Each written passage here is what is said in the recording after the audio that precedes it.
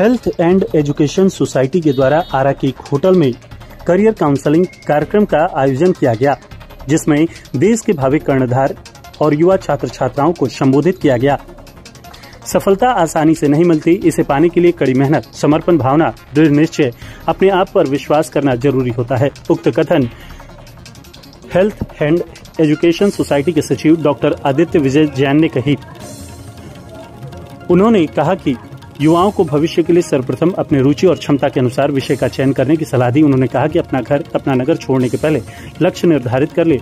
सफलता की कोई सीमा नहीं होती। अगर कोई व्यक्ति कुछ एक लक्ष्य पाकर समझता है कि वह सफल हो गया तो वह उसकी भूल है। यद्यपि जीवन में कई मोड़ ऐसे आते हैं कि पुनः एक लक्ष्य निर्धारित हो जाना स्वाभाविक होता है।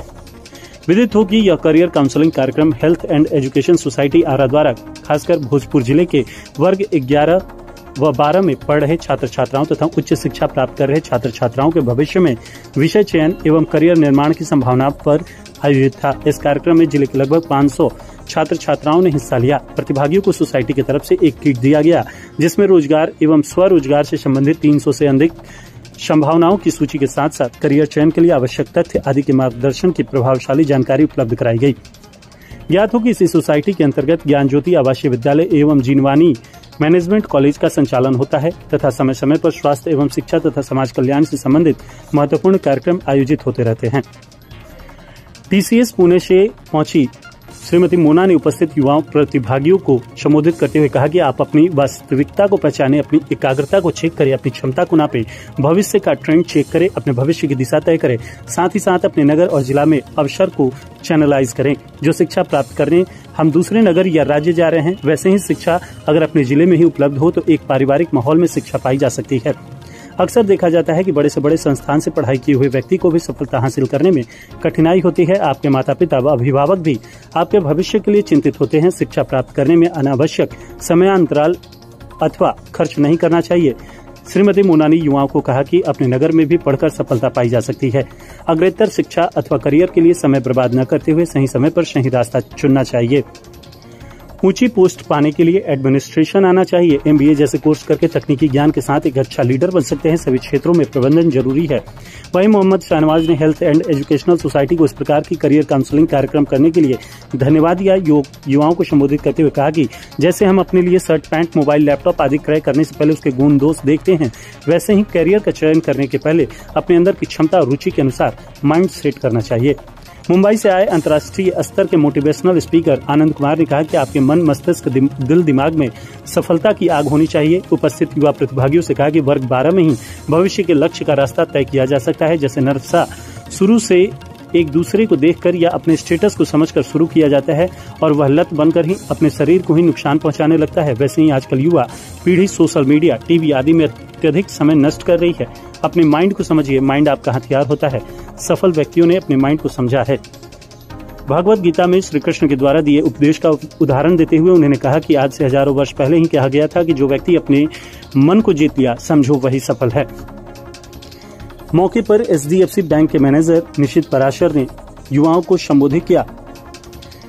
वहीं आदित्य विजय जैन ने अतिथियों का स्वागत एवं मंच संचालन किया। धन्यवाद ज्ञापन डॉक्टर आनंद मोहन ने किया। इस अवसर पर सीपी जैन, नवीन प्रकाश, निशित ज्ञान, जिनवानी जैन, डॉक्टर हर्षित विजय जैन, प्रेम कुमार, अरिहंत विजय, अक्षत प्रदुमन, आदित्य खेमानी, अमित वर्मा, तबस्सुम बानो, प्रतीक्षा कुमारी, नीरज कुमार, साधना पांडे, विजय कुमार, आनंद सरोज, जितेंद्र सन्नी आदि की सक्रिय भूमिका रही।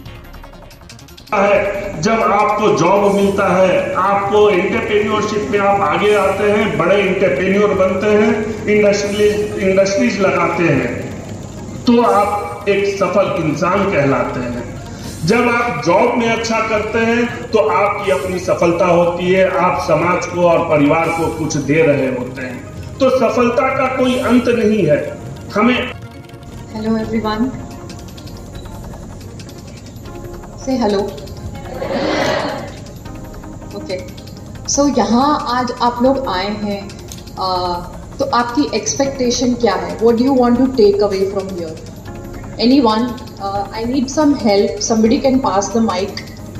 Yeah, one person can pass the mic to somebody who can answer.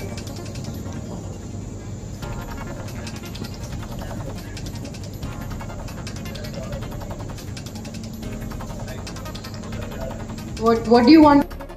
Hello, नमस्ते मैम। नमस्ते। मेरा क्वेश्चन है कि सर ने जैसा कहा अभी कि जैसे लोग IAS करके फिर बाद में दूसरे जॉब में जा रहे हैं, प्राइवेट सेक्टर में जा रहे हैं। इसका दूसरा पहलू भी है कि लोग MBA कर IAS बन रहे हैं। बिल्कुल। तो ऐसा मतलब MBA में क्या कमी है? MBA करने के बाद क्या कमी है कि हम लोग मतलब IAS बनने के लिए जा रहे हैं? मैं आपके सवाल का भी जवाब दूंगी। MBA में कमी नहीं है। MBA में अगर कमी होती तो एक IAS MBA नहीं करता, करेक्ट? कहीं कमी उसके करंट जॉब को मैनेज करने में आ रही है, तभी उसने MBA चुना है, एक रास्ता। इसके बारे में हम आगे भी बात करेंगे कि MBA को कौन चुनता है और कैसे MBA का चुनाव होता है हर करियर सेक्टर में, ठीक है? तो MBA एक ऐसी ब्रांच है कि अगर आप अपने घर का बिजनेस भी संभाल रहे हैं तो मेरे ख्याल से हर इंसान को MBA की नॉलेज होनी चाहिए। Business administration, master of business administration, ठीक है? अगर आप किसी चीज़ की मास्टरी नहीं करेंगे तो आप उसमें प्रोफेशनली एक्सीलेंट नहीं बन सकेंगे। इसीलिए एक IAS भी सोचता है कि जो भी उसको एडमिनिस्ट्रेटिव पावर्स मिली हैं उसको और अच्छे से कैसे निभाया जाए। मैं आपको एक एग्जाम्पल दूँ।